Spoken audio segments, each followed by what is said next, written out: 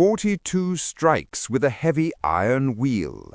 Not 40, not 45, exactly 42. This wasn't just an execution, it was a mathematical calculation of agony. For 3 days, the town of Neumarkt watched as Peter Niers was systematically unmade, piece by piece, in a spectacle of violence that remains one of the most documented horrors in European history. But as the smoke cleared and the pamphlets began to circulate, a chilling question emerged that still haunts historians today. Did they execute a monster, or did they simply invent one? To understand the sheer savagery of what happened to Peter Niers, you first have to understand the world that created him. This wasn't the orderly, bureaucratic Germany we know today. In the 1570s, the landscape was a fractured mosaic of hundreds of tiny territories, each with its own laws, its own rulers, and its own borders. For a killer, these borders weren't obstacles, they were an invitation. If you committed a murder in one jurisdiction, you simply walked a few miles into the next and effectively vanished. There were no fingerprints, no photographs, and no centralized police force to track your movements. Communication was slow, unreliable, and often non-existent. In this world, the roads were physically and statistically lethal. Merchants never traveled without armed escorts, and isolated farms were raided with total impunity. But the most dangerous predators weren't the ones hiding in the shadows, they were the ones hiding in plain sight. Niers and his gang operated under the guise of shepherds. It was a brilliant operational cover. In the 16th century, shepherds were expected to wander. Their job required them to move flocks across territories, making them invisible travelers. They could scout targets, learn the rhythms of a village, and then, in a heartbeat, transform from harmless wanderers into a pack of wolves. Niers wasn't acting alone. He was part of a fluid, organized network that could swell to 24 members for a major raid or split into small, untraceable cells. He had been trained by a man named Martin Stier, a master criminal who had evaded the law for decades. Stier didn't just teach Niers how to select victims or dispose of bodies. He reportedly taught him tradecraft, how to move like a ghost through a divided land. But legend says Stier passed on something darker, the secrets of black magic. Whether it was true or not didn't matter. The moment the public began to believe Niers was a sorcerer, his story stopped being a criminal record and started becoming a nightmare. The law finally caught up with Niers in 1577 in the town of Gersbach. It's here that the legend and the reality began to blur into something unrecognizable. Under the weight of medieval torture, Niers confessed to 75 murders. In the 16th century, confession was not just evidence, it was the queen of proofs. Without forensics, a confession was the only way to achieve legal certainty. But the system was a paradox.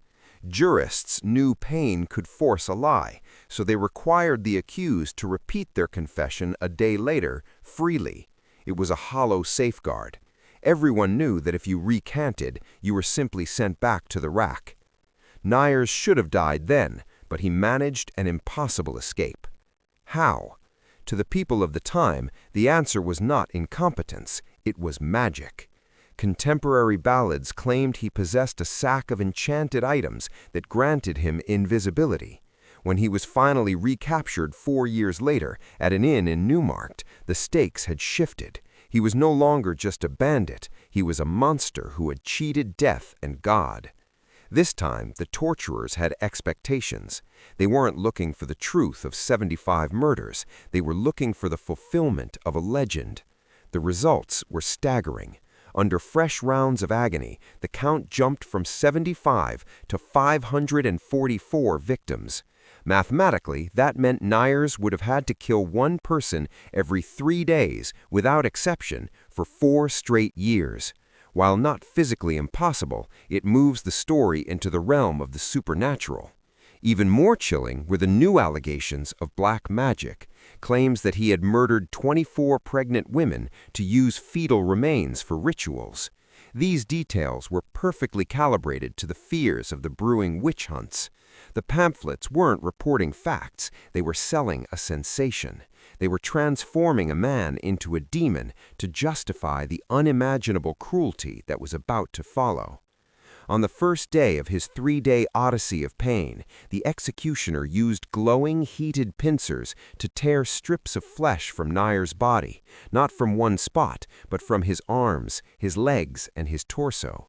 Once the muscle was exposed and raw, boiling oil was poured directly into the open wounds. This wasn't meant to kill him, it was meant to prime his body for the second day. On day 2, his feet were coated in oil and roasted over burning coals for hours. The soles, dense with nerve endings, were systematically destroyed. By the time the sun rose on the 3rd day, Peter Niers was a ruin of a man, yet he was still alive, saved for the final act, the wheel. 42 times the iron-rimmed wagon wheel crashed down on his shattered limbs, precisely calculated to splinter the humerus, the radius, and the femur, without stopping his heart. For an hour, the crowd watched the rhythmic destruction of his skeleton. When the blows finally ceased, Niers was still breathing, leading to the final stage, quartering. While he was still conscious, the executioner took a saw and began to dismember him, limb from limb. Only when his body was in pieces did the heart of the shepherd killer finally stop beating. His remains were then scattered across the landscape, not as a burial, but as a political statement of total state power. But here is the final, unsettling truth. That same year, pamphlets circulated about another man, Christman Gniperdinga, who allegedly killed nearly 1,000 people. Today, scholars believe Gniperdinga never existed at all. He was a complete fabrication created to sell papers. While Peter Niers was a real man, his 544 victims likely belonged to the same machinery of sensationalism. In the end, the 3-day execution of Peter Niers wasn't just about justice for his victims. It was a violent theater designed to restore order to a fractured world. The state may have killed a murderer, but in doing so, they created a legend that would haunt the German forests for centuries.